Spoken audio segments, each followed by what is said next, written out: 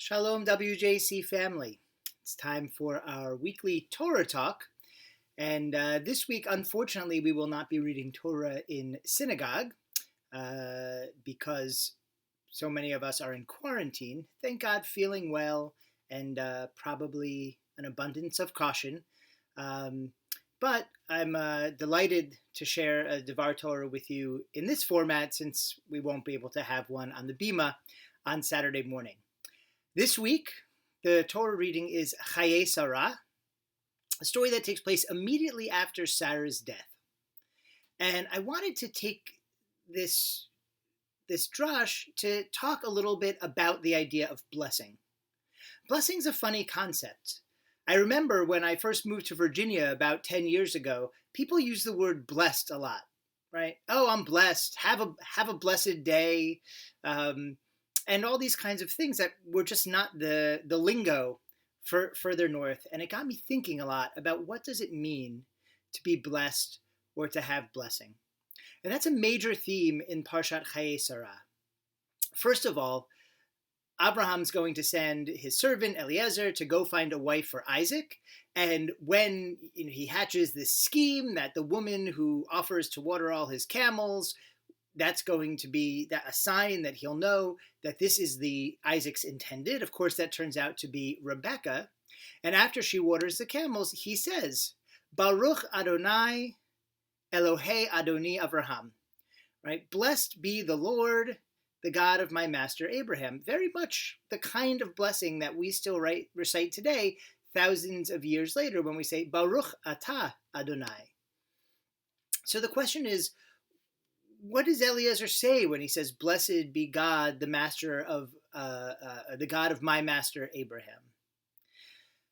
Similarly, at the beginning of the story, in chapter 24, verse 1, we read, Avraham was old, Avraham Zaken, ba bayamim, Adonai barech et Avraham bakol. Abraham was old, advanced in years, and the Lord had blessed Abraham bakol, in everything. And the rabbis seem to have the same question that we might have, which is, what do you mean Abraham's been blessed bakol? The very previous passage, we found out that Sarah died. So he's in mourning. He's already lived to an old age with his wife, but they're not going to see grandchildren from Isaac together. He's been through a lot. His son Ishmael is in exile. Right, he's fought wars. So the question is, what does it mean that he was blessed in every way, bakal? And the simple meaning of the text, the pshat, is clearly that he's got a lot of stuff, right? He's collected wealth and he's satisfied. And the commentaries tell us the only thing he doesn't have is a grandchild, so he sends off Eliezer to find a wife for Isaac. But that doesn't seem to satisfy the commentaries. So they come along to try and figure out what exactly does bakal mean, that he was blessed bakal. So the Midrash comes along, and Rebbe Meir says that bakal really means a son. Why? Through a trick of Hebrew letters and their numerical values called gematria, bet kaf lamed equals the same number as bet nun. So bakal equals the same number as ben, which is a son. So he says, this is just a clever way of the text telling us that Abraham was blessed because he now had a son, Isaac. ... We need to find him a wife. What Rabbi Meir is saying, though, is that he was blessed that he had sons and no daughters. Now, before you start throwing rotten tomatoes at the screen, I don't think Rebbe Meir really had anything against girls. What was his issue? His issue was that if he had a daughter, he would have to marry her to idol worshippers, either Canaanites or someone from his home in Ur, where Eliezer goes to find Isaac a wife. But unlike how things worked out that way, unlike the sons who would marry a woman and she would enter his house and worship his God, presumably, if Abraham had a daughter, she would go to live among the idolaters and take on their religion. So Rebbe Meir is very excited that that didn't have to happen. On the other hand, though, Rebbe Yehuda says, no, it's the opposite. What it means that he was blessed bakal in every way means exactly that he had a son and a daughter. And Rabbi Yehuda says you cannot truly understand the blessings of the world unless you have both, especially unless you have experienced having a daughter. So neither one is satisfied with this idea that Abraham is just blessed because he's been through such terrible things. So what does it refer to? It refers to his children. They have slightly different interpretations of what exactly that means.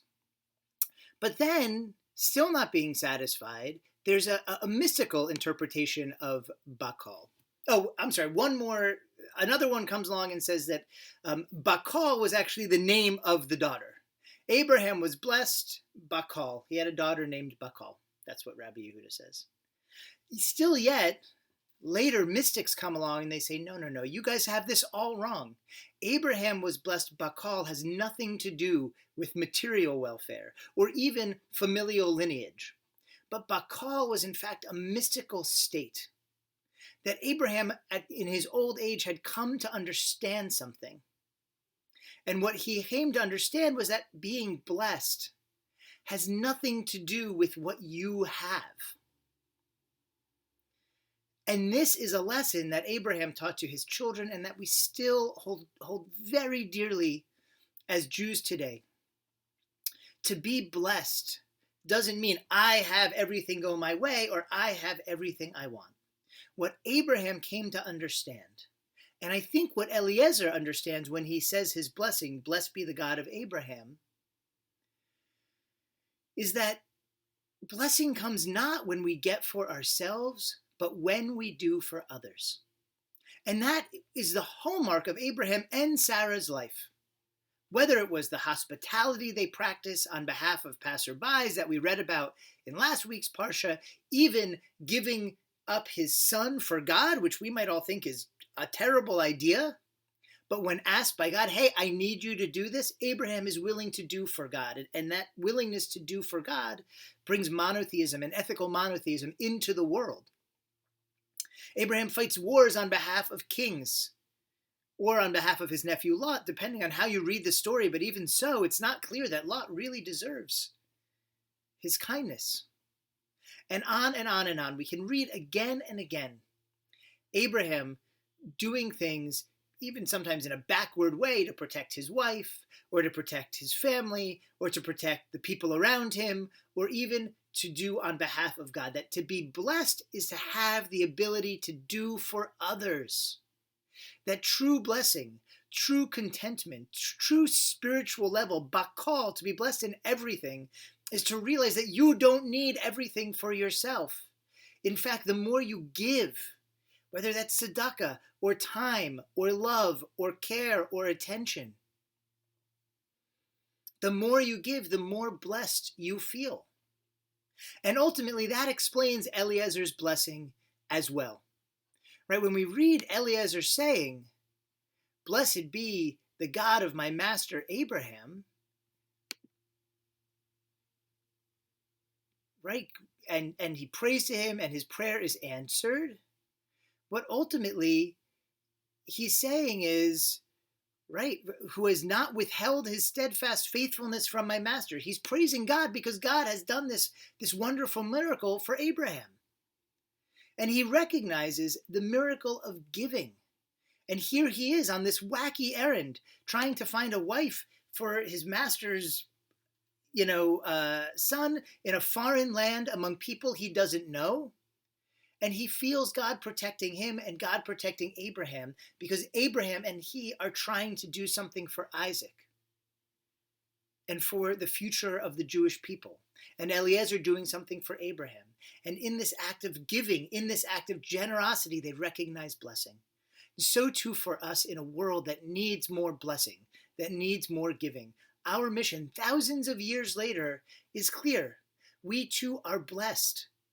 Even in difficult times, even as we see this pandemic raging back, in a world that is broken, that is the world that the Jews were designed for, all people, but We talk about Jews, right? That to be blessed means to help bring light into the dark world. To be blessed means to do for others who are in need. And more we see that. For medical reasons and all those indirectly affected who need food, who are out of work. There is so much good to be done, and we are blessed when we are able to see that and to act on it.